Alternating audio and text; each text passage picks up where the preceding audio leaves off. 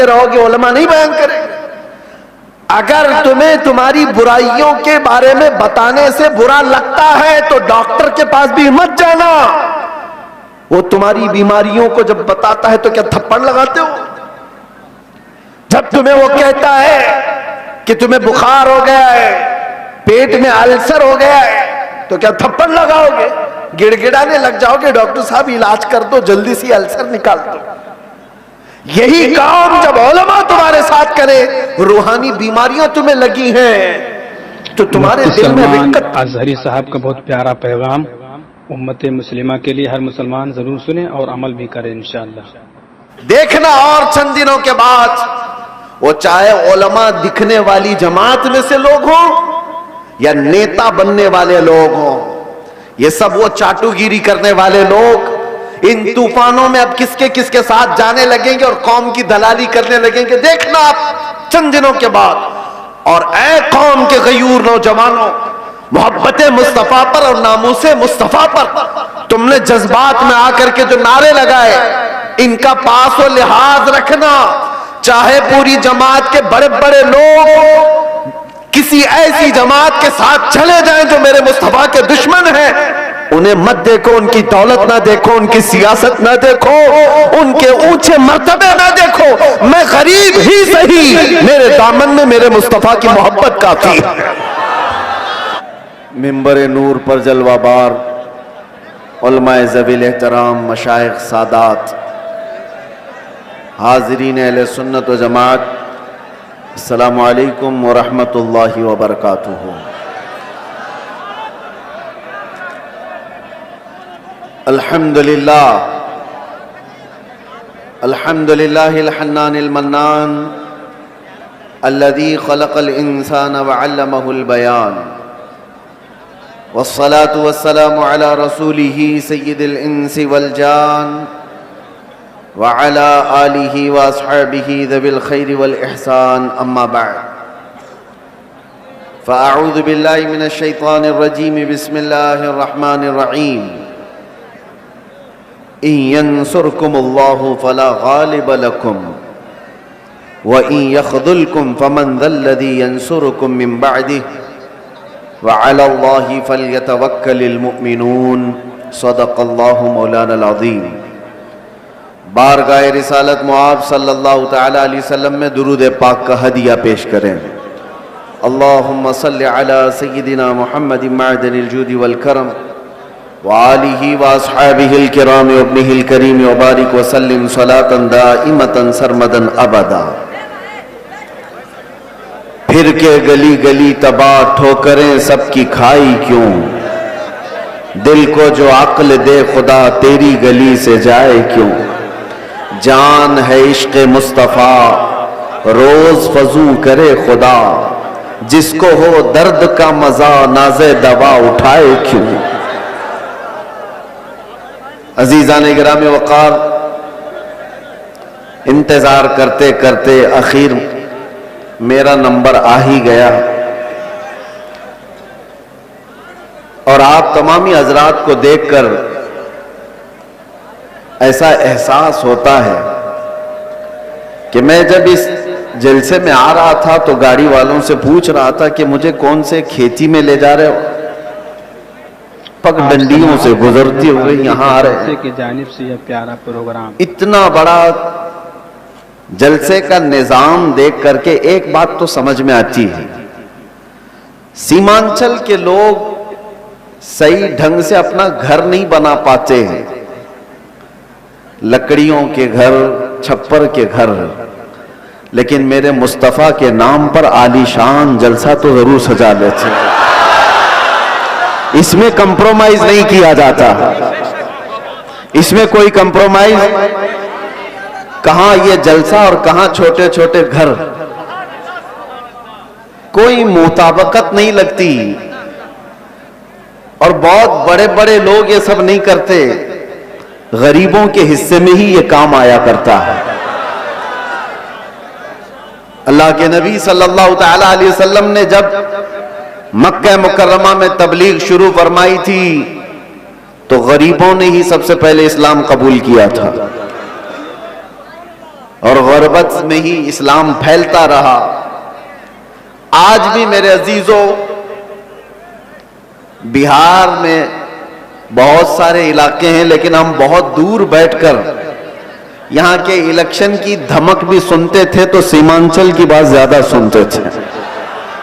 उसकी वजह क्या है? बिहार में तो बहुत सारे इलाके हैं, बहुत सारे जिले हैं, इस इलाके का तज़किरा ज्यादा क्यों होता है? वजह यह है कि यहां पर वो कौम ज्यादा है जो लोगों की नजरों में चुभती ज्यादा है। और यही बात है कि दुनिया का हर दरिंदा हमारी तरफ देखता है और खूनखार नजरों से मिटाने की कोशिश भी करता है। और ये पहली बार नहीं, चंगेज इसके बड़े भी आए, हलाकू इससे बड़े भी आए, लेकिन वो इस दीन मतीन का कुछ बिगाड़ ना सके। आप भी ना घबराना, ये जलसे कोई खत्म नहीं कर सकता और ना ये नाम हमारे कभी खत्म किए जा सकते हैं। कुछ बात तो है कि मिटती नहीं हस्ती हमारी, कुछ बात तो है कि मिटती नहीं हस्ती हमारी। सदियों रहा है दुश्मन दौरे जमा हमारा, यूनान और मिस्र रोमा सब मिट गए जहां से, बाकी मगर है अब तक नामो निशां हमारा। तौहीद की अमानत सीनों में है हमारे, आसान नहीं मिटाना नामो निशां हमारा। और फिर एक बात, बातिल से डरने वाले ए आसमां नहीं है हम, 100 बार कर चुका है तू इम्तिहान हमारा। एक बड़ी लज्जत है, बड़ा अजीब एहसास है बिहार के, बंगाल के, झारखंड के जलसों में। मैं बोलता बहुत भी हूं आप लोगों के इंतजामात और इंसरामात के खिलाफ भी, रात भर सजाते हैं और बहुत सारे इसके जो नेगेटिव पॉइंट है उस पर बोलता भी हूं। लाखों का खर्चा करते हैं बिहार में, जलसे ज्यादा करते हैं, इस पर बोलता भी हूं। लेकिन दिल में एक एहसास ये भी होता है, जैसी तैसी है कौम, सर्कस में पैसा बर्बाद करने से मेरे मुस्तफा के नाम पर तो लगाती है। किसी और जगह पर इनको छोड़ दिया जाए तो शायद पता नहीं मुजरे करने वालों को देखेंगे लोग। इंटरटेनमेंट की दुनिया है, यहां नहीं तो कहीं और महफिलें लगा देंगे। इसी बहाने कम अज कम यहां शोराए इस्लाम आते हैं, खुतबा इस्लाम आते हैं और ये एक एक लफ्ज पढ़ते जाते हैं, लोगों के दिलों में रस घोलते जाते हैं। जैसे तैसे ये दीन का निजाम इन जलसों के जरिए से कायम है। बहरहाल मेरे अजीजों, एक बात आप समझ करके चलना, यहां पर बैठकर तकरीबन 1 घंटा मुझसे पेशतर हजरत मौलाना साहब ने चंदा भी किया बहुत मस्जिद के लिए। बहुत लोग समझते हैं कि मौलाना लोगों का काम ही क्या है, चंदा करना, रसीद लेके घूमते रहते हैं। तुम्हें अंदाजा है दीन का ये सारा निजाम अगर ये मौलवी नहीं होते तो पता नहीं तुम क्या कर रहे होते। ये मदरसे, ये मसाजिद की मीनार, ये सारी चीजें इन लोगों से कायम है। होते होंगे चंद चंदा खोर लोग, मगर आपको पता है एक एक पाई दीन के लिए ऐलान करके जमा करना ये उलमा की शान है। क्या उनके अंदर सेल्फ रिस्पेक्ट नहीं है? क्या मांगना उनकी बचपन की आदत है? आप नहीं, तुम्हारे दरमियान अगर वो हाथ फैलाते भी हैं तो दीन के नाम पर। मेरे मुस्तफा करीम सल्लल्लाहु ताला अलैहि वसल्लम की शरीयत ताहिरा की बका के लिए मुझे बात याद आती है। मेरे वालिद गिरामी फरमाया करते थे, अल जामियातुल अशरफिया मुबारकपुर आज हिंदुस्तान की एक ऐसी अजीम यूनिवर्सिटी का नाम है जिसके सामने ताजमहल की ऊंचाई भी फीकी पड़ती है। ताजमहल तो लोग टिकट देकर के देखने जाते हैं और फोटो खिंचवा कर आते हैं, मगर अल जामियातुल अशरफिया वो ऐसी जगह है जहां इंसान बनाए जाते हैं। उलमाए रब्बानीन की एक बड़ी जमात पैदा होती है। जब उसकी तामीर का मसला था, बानी जामिया अशरफिया मुबारकपुर हुजूर हाफिज मिल्लत रहमतुल्लाह अलैह इसी तरह ऐलान कर रहे थे कि कोई है जो ला करके जामिया अशरफिया के लिए कुछ सुपुर्द करें। आपको मारहरा मुतहरा के सैयदजादे सैयदुल उलमा ने बिठा दिया और कहा, मौलाना आप बैठ जाइए, मैं सैयदजादा हूं लेकिन इस इदारे के लिए चंदा मैं करूंगा। आले रसूल हूं, मांगने की आदत नहीं, कभी नहीं मांगा। और उसके बाद जब सैयद मियां रहमतुल्लाह ताला अलैह ने ऐलान किया तो जाहिर सी बात है मुझे ये इलाका देख करके वो बात याद आती है, मौलाना तो 11,000 मांग रहे थे। वहां पर छोटा गांव था, छोटी बस्ती थी। जब मांगा जा रहा था चंदा तो एक बूढ़ी औरत एक मुर्गी का अंडा लेकर के आ गई थी। कहा मेरे घर में इसके अलावा कुछ है नहीं, ये चंदे में कबूल कर लीजिए। मुर्गी का अंडा, ये लोगों के जज्बात थे। और ऐसा नहीं है कि वो अंडा देख करके उसको भेज दिया गया कि इसका क्या किया जाएगा, उसको भी कबूल किया गया। और सैयद मियां रहमतुल्लाह अलैह ने फरमाया था, इस औरत ने ज़माने यूसुफ की याद दिलाती है। खरीदारों में उसका नाम आ जाए बस इसलिए हाजिर हो गई। बहरहाल इस निजाम पर मैंने थोड़ी सी गुफ्तगू इसलिए की कि उलमा को हकीर मत समझो।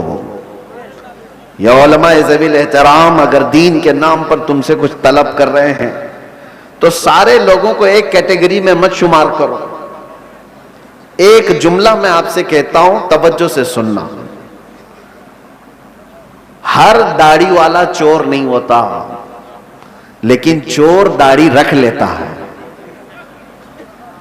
चोर अपनी चोरी छुपाने के लिए दाढ़ी रख लेता है। हाँ, इस फार्मूले को समझ करके चलें और इसको हर जगह फिट ना करें। दाढ़ी वाले को देख करके हिकारत से देखना मेरे अजीजों, हरगिज नहीं। कुछ चोर अगर इस तरह के लिबास पहन लें तो ऐसा थोड़ी ना होता है कि हम ये भी तो नहीं कह सकते कि हर चाय वाला चोर है। नहीं कह सकते, नहीं कह सकते। सबको एक कैटेगरी में कैसे शामिल करते? ये एक जुमला आप याद रखें, मैं किसी का नाम नहीं ले रहा हूं। और दूसरी बात, उलमाए ज़वील एहतराम के लिए खास तौर पर मैंने आयत करीमा की तिलावत की है खुतबे में, खुतबे के बाद, यंसुरकुमुल्लाहु फला गालिब लकुम, अगर अल्लाह तुम्हारी मदद करे तो कोई ताकत तुम पर गालिब नहीं आ सकती, कोई तुम पर गलबा नहीं हासिल कर सकता। ये एक जुमला कुरान पाक का इतना पावरफुल है, इतना पावरफुल है कि अल्लाह तुम्हारी मदद करे तो कोई गालिब नहीं आएगा।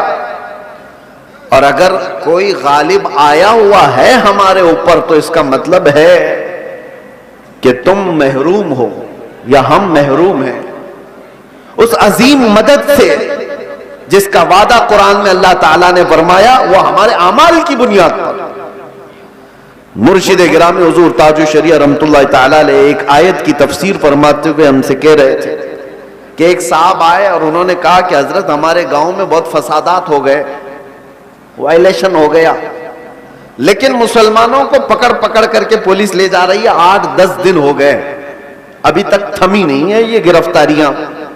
और वो बयान करते करते उन्होंने ये कहा कि ये सारी पकड़ धकड़ जो चल रही है इसकी सारी मुखबिरी मुसलमान ही करते हैं। कौन कहां किस घर में छुपा है और क्या क्या कर रहा था सब मुसलमान ही बताते हैं और आकर के इनको अरेस्ट किया जाता है। तब हजरत ने एक आयत पढ़ करके हमें बताया था, कुरान में अल्लाह फरमाता वलन यजअलल्लाहु लिलकाफिरीना अलल मुमिनीना सबीला। अल्लाह कुरान में फरमाता है हरगिज हरगिज अल्लाह ताला काफिरों को ईमान वालों पर गलबा नहीं देगा, कभी नहीं। लन का लफ्ज है नफी ताकीद के साथ, हरगिज अल्लाह तबारक व तआला काफिरों को ईमान वालों पर गलबा नहीं देगा। हजरत फरमाते मगर ये कि किसी काफिर की मदद मुसलमान ही करे तो वो काफिर मुसलमान के रास्ते से दूसरे मुसलमान पर गलबा करेगा। बात समझ में आ रही है? एक मुसलमान को जरिया बना करके ही दूसरा कोई तुम्हारे घर पर हमला करेगा। एजेंसी की जानिब से आज के हालात पर मैं जो बात कर रहा हूं, सुनो मेरे अजीजों, बहुत सारे मुसलमान अपना फ्यूचर आज बना नहीं पा रहे हैं। इनको पता ही नहीं है किसके साथ जाना है और किसका साथ देना है। हालात ऐसे हैं कि किसी और मुसलमान को गिराने के लिए एक मुसलमान किसी काफिर और मुशरिक की मदद पर भी राजी हो जाता है। यही मैं बता रहा हूं कि कभी तुम्हें कोई कौम मगलूब नहीं कर सकती जब तक कि तुम्हारे अंदर के गद्दार तुम्हें मगलूब ना करें। जब तक हमारे दरमियान मौजूद जमात के मुनाफिकीन हमारे खिलाफ ना खड़े हों, तब तक कोई कौम हमें डायरेक्ट नहीं गिरा सकती। अभी 1 महीने पहले की बात मैं बताऊं, और सीनियर ऑफिसर ने मुझसे कहा कि मौलाना आप डरते क्यों हैं? आपकी कौम को कोई भी हरा नहीं सकता, यह हम जानते हैं। यह मैं सुनता था पहले, लेकिन डायरेक्ट सुना, आपकी कौम को कोई कुछ नहीं कर सकता। आपकी कौम ही आपकी कौम को बर्बाद करती है, बाकी कोई नहीं कर सकता। आज भी दूसरों को इस बात का यकीन है कि हमें कोई भी गलबा हासिल करके गिरा नहीं पाता जब तक कि हमारा अंदर का मुनाफिक उसका साथ नहीं देता। ये गद्दारों की जमात, ये मुनाफिकीन की जमात, मैं जानता हूं सैफी साहब यहां मौजूद है, मैं आपसे कह रहा हूं कि उस वक्त कैफियत क्या होती होगी। ये स्टेज पे मौजूद सारे उलमा, हमारी बिरादरी, उलमा बिरादरी, हम गिरफ्तार होकर के 200 लोगों के दरमियान हैं। पहरेदारी में कोई कसर नहीं छोड़ी जा रही है, कोई कसर नहीं छोड़ी जा रही है। सारे इर्द गिर्द हमारे अतराफ कुर्सियां लगाकर बैठे और सवालात पे सवालात, सवालात पे सवालात। और उस वक्त इन्वेस्टिगेशन करने वालों को कुछ लोगों के मैसेजेस आते हैं और कहते हैं ये मौलाना से ये भी पूछो, ये भी पूछो। क्लिपें हमारी काट काट करके भेजी जा रही है तकरीरों की कि इन्होंने यहां पर ये कहा, इन्होंने यहां पर ये कहा। वो बेचारे सवालात करने वाले वो कहते हमको तो आपके बारे में उतना मालूम नहीं था, ये इतनी सारी चीजें आ रही हैं। मैंने पूछा नहीं कौन है, लेकिन सामने वाले ने बताया कि फलां पीर साहब हैं, फलां मौलाना साहब हैं। मैं जानता हूं मेरे अजीजों, मैंने इससे कबल बड़े जज्बात में कहा था, वो भी जानते होंगे जिन्होंने ये सब काम किए हैं हमारे दिल पर क्या गुजर रही थी उस वक्त। हमने सब अल्लाह उसके रसूल पर छोड़ दिया। लेकिन एक बात याद रखना, गद्दारों की जमात से कहता हूं, कल क़यामत होनी है और बारगाह मुस्तफा में हमें भी खड़ा होना और तुम्हें भी खड़ा होना है। देखा जाएगा कि तुम किसके साथ खड़े होते और हम किसके साथ खड़े होते। देखा जाएगा तुमने किसी एक आलिम को सिर्फ और सिर्फ नामूसे रिसालत की बुनियाद पर सजा को तवील करने के लिए, साथ देने के लिए जासूसियों का माहौल बनाया था। कयामत तो होनी है, मौत तो आनी है, कब्र में भी जाना है। ये मत समझ लेना कि सब कुछ यहां पर है। चंद पैसों के लिए जो लोग अपना दीन बेचते थे, कुरान ने उनकी वईद में क्या क्या बयान फरमाया। ये वो लोग हैं जो यहूदी उलमा थे, यही तो किया करते थे। मालदारों को खुश रखने के लिए वो दीन का निजाम बदल दिया करते थे। अब देखना जैसे जैसे ये सख्ता पावर में आज लोग हैं, हुकूमत में जो लोग हैं, मजबूत से मजबूत होते जाएंगे तो तूफान आएगा बहुत सारों के अंदर। कितने तो इधर से उधर निकलने लग जाएंगे कि भाई जिसकी लाठी उसकी भैंस, हमें भी उनकी बोली बोलनी पड़ेगी, हम भी उनके शाना बशाना रहेंगे तो कुछ हमारे भी काम हो जाएंगे। देखना और चंद दिनों के बाद वो चाहे उलमा दिखने वाली जमात में से लोग हों या नेता बनने वाले लोग हों, ये सब वो चाटुगिरी करने वाले लोग इन तूफानों में अब किसके किसके साथ जाने लगेंगे और कौम की दलाली करने लगेंगे। देखना आप चंद दिनों के बाद। और ऐ कौम के गयूर नौजवानों, मोहब्बत मुस्तफा पर और नामूसे मुस्तफा पर तुमने जज्बात में आकर के जो नारे लगाए, इनका पास व लिहाज रखना। चाहे पूरी जमात के बड़े बड़े लोग किसी ऐसी जमात के साथ चले जाएं जो मेरे मुस्तफा के दुश्मन हैं, उन्हें मत देखो, उनकी दौलत ना देखो, उनकी सियासत ना देखो, उनके ऊंचे मर्तबे ना देखो। मैं गरीब ही सही, मेरे दामन में मेरे मुस्तफा की मोहब्बत काफी है। इस पर कायम रहना। तुम्हारे घर छप्पर के हैं, तुम्हारे इलाके बाढ़ से डूब जाते हैं, बहुत सारे मामलात हैं, इस पर राजी रहना, लेकिन ईमान का सौदा कभी ना करना, नामूसे मुस्तफा का सौदा कभी होने नहीं देना। ऐसों की जमात से अपने आप को बचाए रखो जो दीन का सौदा करते हैं। मेरे अजीजों, एक बात मैं कह रहा था, मौलाना अभी जो चंदा कर रहे थे एक मस्जिद ही के लिए, लोग मजाक उड़ाते हैं हमारा। सुन्नियों के जलसे देखो चंदे कर रहे होते हैं। अरे भाई करेंगे ही ना, हमारे पास सऊदी रियाल थोड़ी ना आते, हम तो गरीबों से ही बना रहे हैं जो कुछ भी बना रहे हैं। हमारे पास कौन सी हुकूमत है? ना सऊदी है, ना कतर है, ना कुवैत है, कुछ नहीं है। हो सकता है तुम्हारे पास डॉलर भी आते हो, रियाल भी आते हो, पाउंड भी आते हो, तुम्हारे आकाओं से सब आता होगा।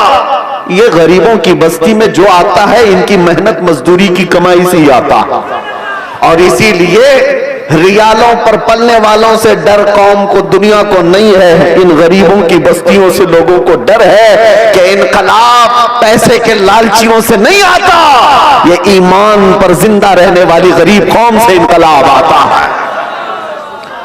गुरबा से दुनिया डरती है। आपको पता है कैसर और किसरा की ताकत का अंदाजा लगा सकते हो? कैसर कहते थे रोम के बादशाह को, किसरा कहते थे ईरान के बादशाह को। ये उस जमाने की बात कर रहा हूं जब तकरीबन पूरी दुनिया में दो बड़े सुपर पावर हुकूमतें थी। Super power, Persian empire, Roman empire. Roman empire कैसर, पर्शियन एम्पायर किसरा। ये मेरे मुस्तफा करीम सल्लल्लाहु ताला अलैहि वसल्लम के जमाने की बात कर रहा हूं। और जब हुजूर पाक के जमाने से थोड़ा सा जमाना आ गया, सिद्दीक अकबर का, फारूक आजम का, मदीने से ये सहाबा की जमातें निकली थी और ये बात कर रहे थे कैसर और किसरा से मुकाबले की। सोचो सीमांचल के गरीब लोग, बस्तियों में रहने वाले जिनके यहां पक्की सड़क भी ना हो, और वो गांव के रहने वाले अगर ये कहे हम अमेरिका से लड़ने वाले हैं, रशिया से लड़ने वाले हैं, तो दुनिया मजाक ही तो करेगी। दुनिया क्या कहेगी? अरे तुम्हारे छप्पर के घर हैं और तुम बात कर रहे हो सुपर पावर से लड़ने की। बिला तशबीह बिला तमसील सहाबा इकराम जिस वक्त ये बात कर रहे थे कि कैसर और किसरा को भी हम फतह कर लेंगे, रोम और ईरान को भी फतह कर लेंगे, मक्का वाले ठट्टा मार करके हंसते थे। जिनके पांवों में चप्पल नहीं, जिनके कपड़ों पे पैबंद लगे रहते हैं, जो 10 लोग एक खजूर पर पूरा दिन गुजारते हैं, ये वो मोहम्मद अरबी के गुलाम है। रोम और ईरान फतह करने की बात कर रहे हैं। मजाक उड़ाया जाता था, लेकिन तारीख की सच्चाइयां बताती हैं वो मजाक करने वाले देखते रह गए, देखते रह गए। सहाबा की जमाअत, वो फाका कशी पर रहने वाले, एक पैबंद लगा जुब्बा पहनने वाले, बगैर चप्पल के कई कई लंबे मील तक सफर करने वाले सहाबा जब निकले थे तो कैसर और किसरा को घुटने टेकने पर मजबूर कर दिया था।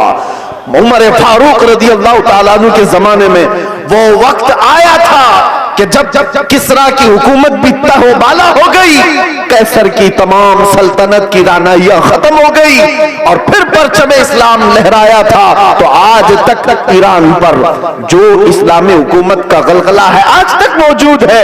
मैं आपसे कहता हूं कि दुनिया ने हमेशा ये देखा है मोहम्मद अरबी सल्लल्लाहु ताला अलैहि वसल्लम के गुलामों में इनको कमजोर देखा गया है, इनको गरीब देखा गया है, फटे पुराने कपड़ों में देखा गया है, उलझे बालों में देखा गया है। लेकिन जब इस कौम को जलाल आता है तो बड़ी बड़ी हुकूमतों के तख्ते पलट जाते हैं। इसी को इकबाल ने कहा था, इसी को इकबाल ने कहा था, निकल करके सहरा से जिसने उलट दिया था तख्ते रोमा को, सुना है कुदसियों से मैंने कि वो शेर फिर होशियार होगा। सुना है कुदसियों से मैंने कि वो शेर फिर होशियार होगा। ऐ सुन्नियों, घबराने की जरूरत नहीं, मायूस होने की जरूरत नहीं, अपने आमाल बदलने की जरूरत है, अपने अखलाक बदलने की जरूरत है, ईमान की मजबूती लाने की जरूरत है। हमारे पास बचा क्या है? अभी जो चीज बची है वो मोहब्बत मुस्तफा, नबी करीम सल्लल्लाहु ताला अलैहि वसल्लम पर मर मिटने वाली जो कैफियत है, ये दुनिया की सबसे अजीम दौलत अल्लाह ने तुम्हें अता की, इसको बचाए रखो। ये भी अगर खत्म हो गई तो चलती फिरती लाशें हैं और कुछ भी नहीं बचा। हाँ, आपका एक सवाल है, आपका एक सवाल है। जैसे हमसे भी कहते, चलो बहुत बोलते थे, गिरफ्तार होकर के गए, जेलों के पीछे पड़े रहे, कोई पुरसाने हाल नहीं, धक्के खाते रहे, कैसी कैसी जगहों पर बैठते रहे। क्या ये इज्जत की बात है? मेरे अजीजों, ये गिरफ्तारियां, ये हमारे आबाओ अजदाद की सुन्नत है। हाँ, जेल, कैद, ये सारी चीजें नई बात नहीं है। तारीख उठा करके देख लो तो बड़े बड़े बुजुर्गान दीन इस मंजिल से गुजरते चले गए हैं, और सब ये तो छोटी मंजिल है, इससे बड़ी मंजिल फांसी की आती है। वहां तक भी उलमाए रब्बानीन पहुंचे हैं, और कभी उन्होंने ये नहीं कहा हमारे इस रास्ते पर चलने की वजह से हमें सजा मिल रही है, बल्कि फांसी के फंदे को चूम करके भी वो कहते थे हक तो ये है कि हक अदा ना हुआ, हक तो ये है कि हक अदा ना हुआ। हमारे असलाफ़े किराम में आपको पता है, इमाम अहमद बिन हंबल को 300 कोड़े मारे गए थे हक बात के लिए। और आपको पता है हजरत इमाम मूसा काजिम, इमाम जाफर सादिक के बेटे हैं, अहले बैत के बड़े इमाम हैं। 7 साल तक एक खलीफा ने आपको ऐसी जेल में रखा कि आपने सूरज नहीं देखा था। 7 साल, फिर जहर देकर के कैद खाने में ही मार दिया गया। इमाम मोहम्मद बिन हसन अस्करी 20 साल तक जेल की जिंदगी गुजारे।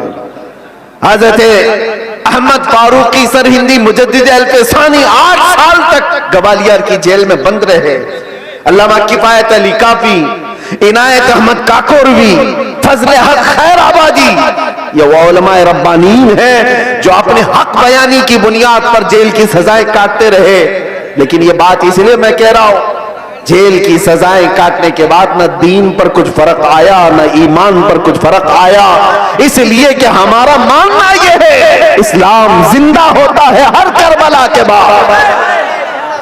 इस्लाम जिंदा होता है हर करबला के बाद। कुर्बानियां अगर देने का वक्त आए तो कुर्बानियां दोगे या नहीं दोगे?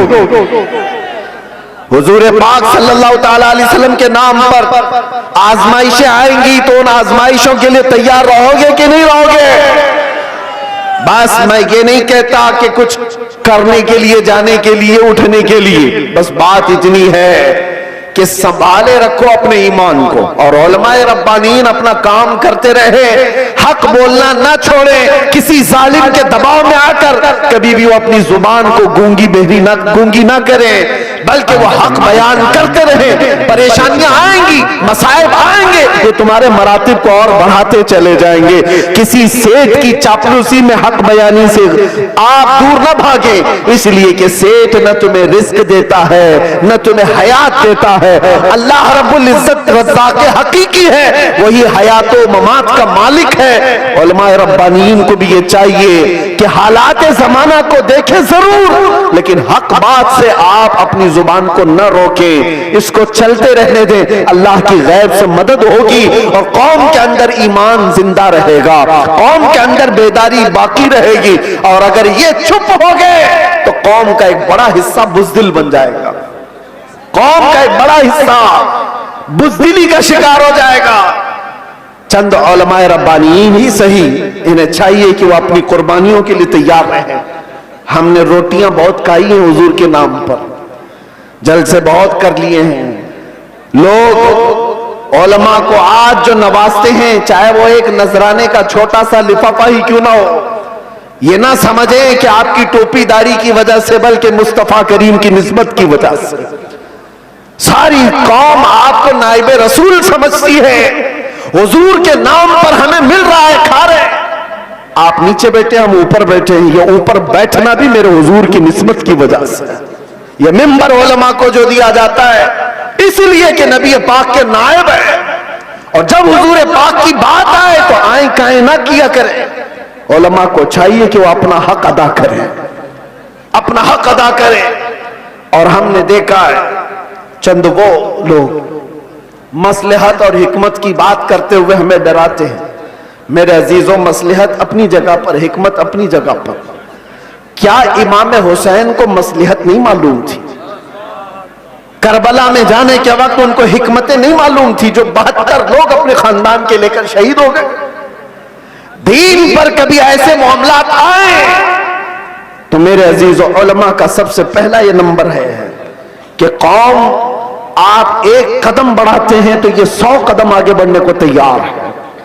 आपको सिर्फ एक जुबान कहने की देर है।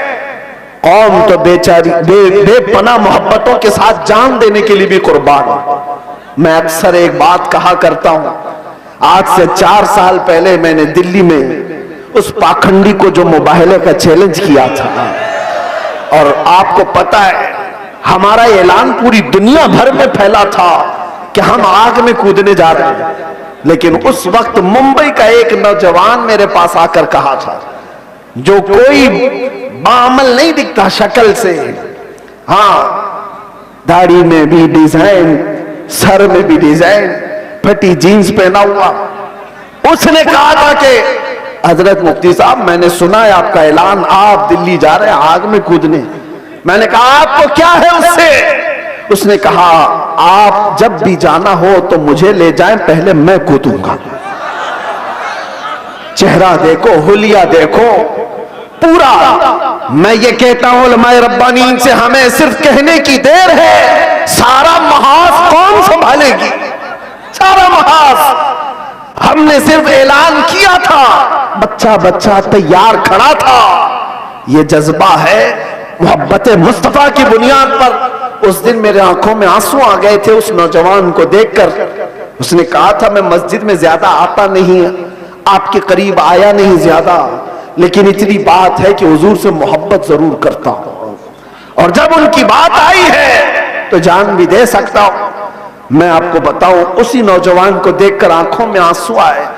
बारगाह मुस्तफा में मैंने अर्ज किया था, या रसूल अल्लाह, आपकी ये उम्मत गुनहगार हो गई, गद्दार नहीं है, गद्दार नहीं है, गद्दारी नहीं करती। तो मेरे अजीजों, इसी चीज को मैं कहता हूं, थोड़ी सी लौ देने की जरूरत है। उलमाए रब्बानीन हक बयान करें, कौम को सही सलीके से चलने का उनको निशाना दिया करें, फिर देखिए इनकलाब आएगा, जरूर आएगा। हमें आज ये पता ही नहीं है किसके साथ जाना है, किसके साथ बैठना है, किसके साथ उठना है। जो देखा उसकी तरफ चल पड़े, ऐसा नहीं होता। उम्मत मुस्तफा, तुम खैर उम्मत हो, हर कोई तुम्हारा आइडियल नहीं बन सकता, हर कोई तुम्हारा रोल मॉडल नहीं बन सकता।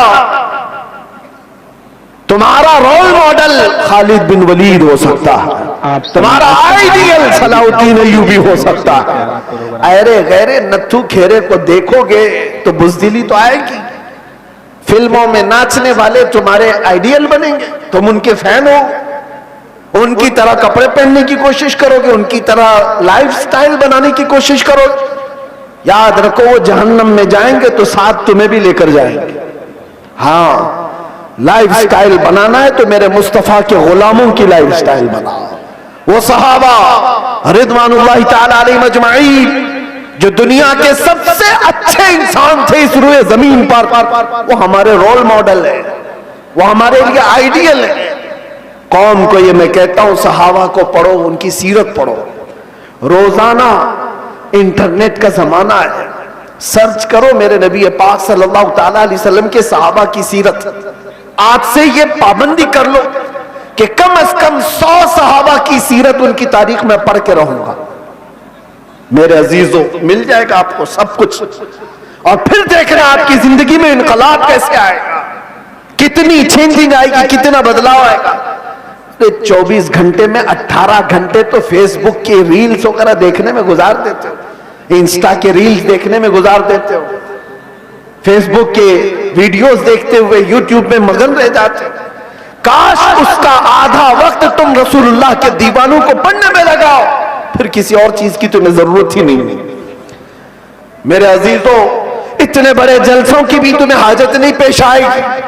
तुम अपनी जिंदगी को मेरे नबी पाक के गुलामों को पढ़ करके खुद समझ जाओगे, क्योंकि मेरे आका ने फरमाया अस्हाबी कन्नुजूम बिअय्यिहिम इक्तदैतुम इह्तदैतुम, मेरे सहाबा सितारों की मानिंद है, तुम जिसकी भी पैरवी करोगे हिदायत पा जाओगे, जिसके पीछे भी चलोगे तुम हिदायत पा जाओगे।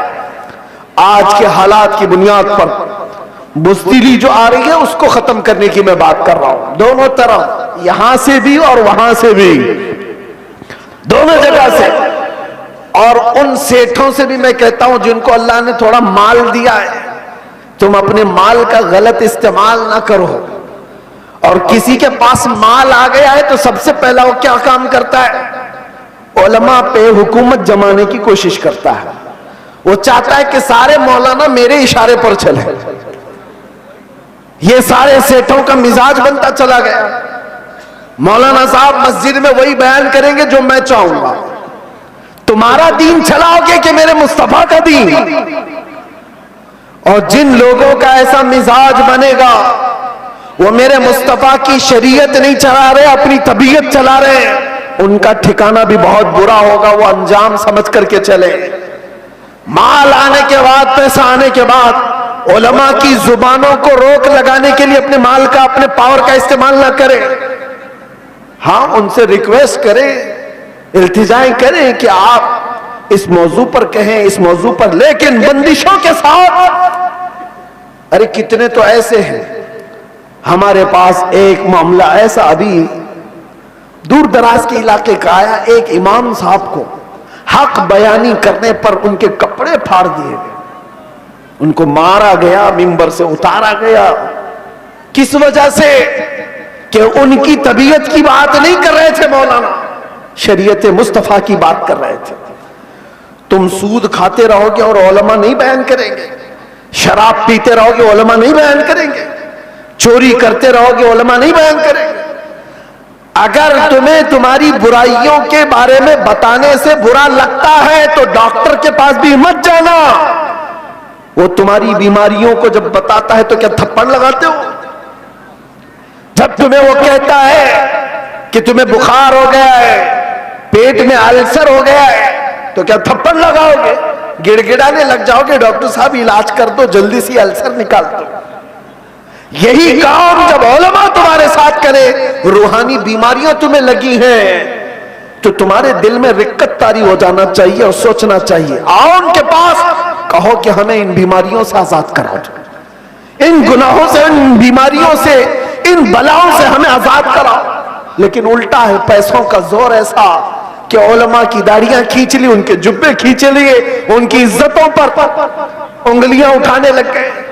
ये मिजाज बदलो मेरे अजीजों। और आज जलसों के सिलसिले में एक और बात मैं कह के जा रहा हूं। इंतजामिया जितने जलसे करते हैं, बाहर से आने वाले शायर, बाहर से आने वाले मुखर्रिर, ये सारे अपनी जगह पर। तुम अपनी मस्जिद के इमाम को अगर खुश नहीं रख सकते तो इन जलसों को क्या हासिल है? इन जलसों का क्या हासिल है?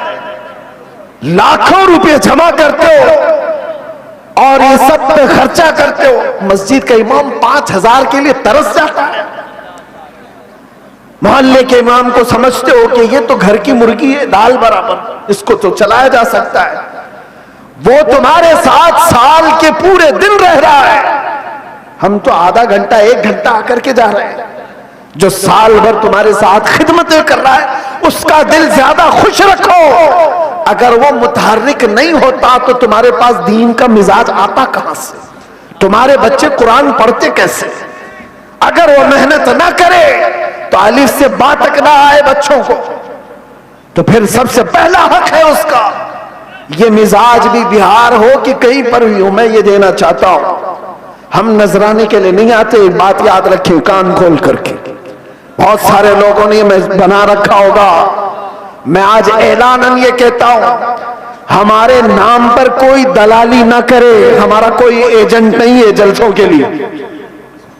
हम तारीख के लिए बहुत सारे लोग फोन करते हैं और कितनी हमारे पास ऐसी खबरें आई कि फला ने तारीख दिलाने के नाम पर 50,000 ले लिए, 1 लाख ले लिए। कौम से मैं कहता हूं किसी को 1 रुपया भी देने की जरूरत नहीं। अल्लाह रब्बुल इज्जत ने हमें जितना अता किया वो बहुत है, बहुत है। मैंने जलसों को कभी भी जरिए माश नहीं बनाया है। अल्लाह शाहिद है, अल्लाह शाहिद है। समाअत कर रहे हैं। किसी भी जगह हमने कभी कोई डिमांड नहीं किया। हाँ, खुशियों के साथ, मोहब्बतों के साथ लोगों ने जो दिया रख लिया, अलग बात है। कभी किसी से तकाजा किया हो तो मेरे सामने खड़ा होकर के बता दे। कभी नहीं। ये बात इसलिए कर रहा हूं कि अल्लाह तबारक व तआला ने जो अता किया वो बहुत है। हम अपने पैसे से सफर का खर्चा भी निकाल सकते हैं और आकर के बगैर किसी चीज के जा भी सकते हैं। हमें किसी चीज की हाजत नहीं। लेकिन आज से मैं कहता हूं, मकामी उलमा को पहले खुश रखो। अगर वो खुश रहे तो दीन का मिजाज बना रहेगा। और अगर उनको इस हालत में रखे हो कि उनको देखो तो लगे कि यतीम है, बेसहारा है, लावारिस है, किसने इनकी हालत बना रखी है? ये जेबों पर लोगों की नजर क्यों डालने लग गए? तुमने खुश नहीं रखा। तनख्वाहों में कटौती ऐसी करते चले गए कि उनको एक एक पाई के लिए तरसाते रह गए। मैं जानता हूं कई इमाम ऐसे हैं जो मस्जिद के दिए हुए छोटे से घर में अपनी पूरी जिंदगी गुजार कर चले गए। मदरसे में मुख्तसर सी तनख्वाह पर 40 साल पढ़ाते रह गए। ये सारे खिदमात उनकी अपनी जगह पर। हाँ, कुछ लोग अगर बिगड़े हुए हों तो उलमाए सू हो सकते हैं, मैं उनकी वकालत नहीं कर रहा हूं। कौम का मिजाज बदलने की बात कर रहा हूं। कौम का मिजाज, हमें बुलाने की कोई आदत नहीं। हम अपनी जगह पर बैठे, जहां से तकरीर करेंगे फैल जाएगी, आ जाएगी आप तक। मुंबई में खड़े होकर के जुमा में खिताब करते हैं तो पूरी दुनिया में फैलती है, आ जाता है। हम सिर्फ और सिर्फ बड़े इसरार की वजह से आ जाते हैं। हम ये नहीं चाहते कि आपका माल जाया हो, बर्बाद हो। आप ये सारे माल का जो सही इस्तेमाल है वो अहले सुन्नत व जमात की मजबूती के लिए ही पर लगाओ। ये क्या मिजाज है बना रखा है? बहुत सारी फॉर्मेलिटीज हम देख रहे हैं। नात खानी भी नोट खानी की तरह, जिसको देखो उसको पैसों की तलब में अगर नात पड़ी जाती है तो वो नात नहीं रहती है। वो नात नहीं, उससे इश्क मुस्तफ़ा नहीं आता। इश्क मुस्तफ़ा तो वो है। आज से तकरीबन 70 साल पहले मैंने एक मैगजीन आता था, माहनामा अल मीज़ान, और इस्तिकामत, माजरत, माहनामा इस्तिकामत, उसमें एक चीज लिखी हुई थी। बड़े उलमा बैठे हुए थे, एक शायर नाते मुस्तफ़ा पढ़ रहा था और उसके शेर का मफहूम ऐसा कुछ था, एक तरफ काबा है, एक तरफ गुंबद खजरा, दरमियान में मैं हूं, इधर जाऊं कि इधर जाऊं। 18 मरतबा उसने एक ही मिसरा पढ़ा। 18 मरतबा। होता है लोग पक जाते हैं, ये शायर लोग क्या पढ़ रहे हैं। लेकिन वो शायर ऐसा नहीं कि जिस शेर पे पैसा मिल रहा है उसको रिपीट कर रहा हो, जिस शेर पे पैसा मिले उसको बार बार पढ़ते जाओ, नहीं, कोई नहीं। वो उलमा की महफिल थी। 18 बार जब पढ़ा उसके बाद गश खाकर गिर गया। उलमा इकराम बैठे हुए, वो उठाने के लिए आए तो देखा उनकी रूह परवास कर चुकी थी। ये नाते मुस्तफा है।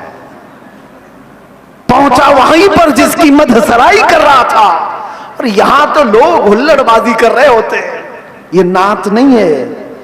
नात खानी को नात खानी रखो, नोट खानी मत बनाओ। तुम्हारे पैसे संभाल रखो। देने का इतना शौक है तो बाद में क्यों अलग से ले जा करके नहीं देते? ये उछालना क्या है? ये मुजरा करना क्या है? ये तमाम चीजें क्या है? लोगों को देखा गया है, उनके पास गड्डियां हैं, वो एक साथ देना नहीं चाहते, छुट्टे छुट्टे निकाल निकाल कर, ताकि पूरी दुनिया उनके माल के नजारे देखे। वो अपनी तमाम चीजों की नुमाइश चाहते हैं। मेरे अजीजों, इस मिंबर रसूल को इन तमाम चीजों का खेल ना बनाओ। ये पाक मिंबर है। बुजुर्गाने दीन ने जैसा इस मिंबर को रखा था वैसे ही रखा जाए। मेरे एक उस्ताद फरमाया करते थे, जलसे के 3 रुकन होते हैं। याद रख लीजिए, 3 रुकन हैं, एक इंतजामिया, एक स्टेज के मुकर्रिर, ये 2 गए, तीसरे ऑडियंस सुनने वाले लोग। तीनों के अंदर अगर इखलास हो तो उस जलसे की धमक पूरी दुनिया में पड़ जाएगी। इखलास हो तो उसके अंदर ताकत और पावर बढ़ जाएगा उस जलसे के अंदर। इखलास कैसे? जलसा कराने वालों का भी इखलास हो कि हम अल्लाह उसके रसूल की रजा के लिए कर रहे हैं, कंपटीशन के लिए नहीं, पैसा जमा करके खाने के लिए नहीं।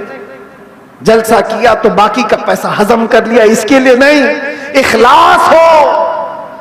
दूसरा रुकन ये मुकर्रिरीन का है, वो पैसा लेने के लिए ना आए हो, वो अल्लाह उसके रसूल की बात कौम तक सुनाने के लिए आए, उनके दिल में इखलास हो।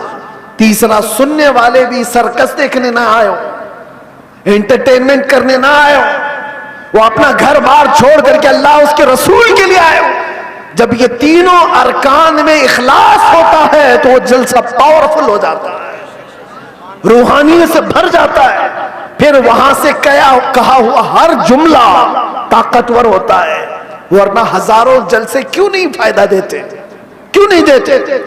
कहीं तो कोई मिस्टेक है, कहीं गड़बड़ है, इनकी इस्लाह की जरूरत है। कंपटीशन में जलसे ना करो। तारीख लेने वाले लोगों की कतार है, यहां भी बहुत लोग आए होंगे, पहले मिले भी और अब मिलने वाले भी होंगे। उनसे भी मैं कहता हूं, एक इलाके में अगर कहीं हो गया तो सारे साथ मिलकर क्यों नहीं साथ देते? नहीं हजरत, हमारा गांव अलग है, हमारा गांव, उसी गांव में तारीख दो। नहीं हजरत, हमारी कमेटी अलग है, कमेटी भी अलग करना चाहती, गांव भी अलग करना चाहता है। किस लिए? मेरे अजीजों, इखलास पैदा करो। ये दीनी काम दिखावे के लिए नहीं होते, ये दीनी काम इखलास के लिए, अल्लाह के रसूल की इस शरीयत ताहिरा की हिफाजत के लिए।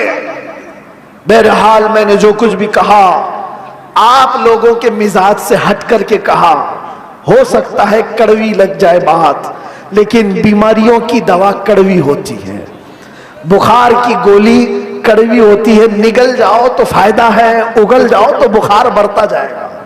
इसलिए उलमाए रब्बानीन, जलसे के मुंतजिमीन और अवामुन्नास सबके लिए मैंने ये बात कही है। अल्लाह ताला सबसे पहले इन सब बातों पर मुझे अमल की तौफीक अता फरमाए और सारी कौम को अमल की तौफीक अता फरमाए।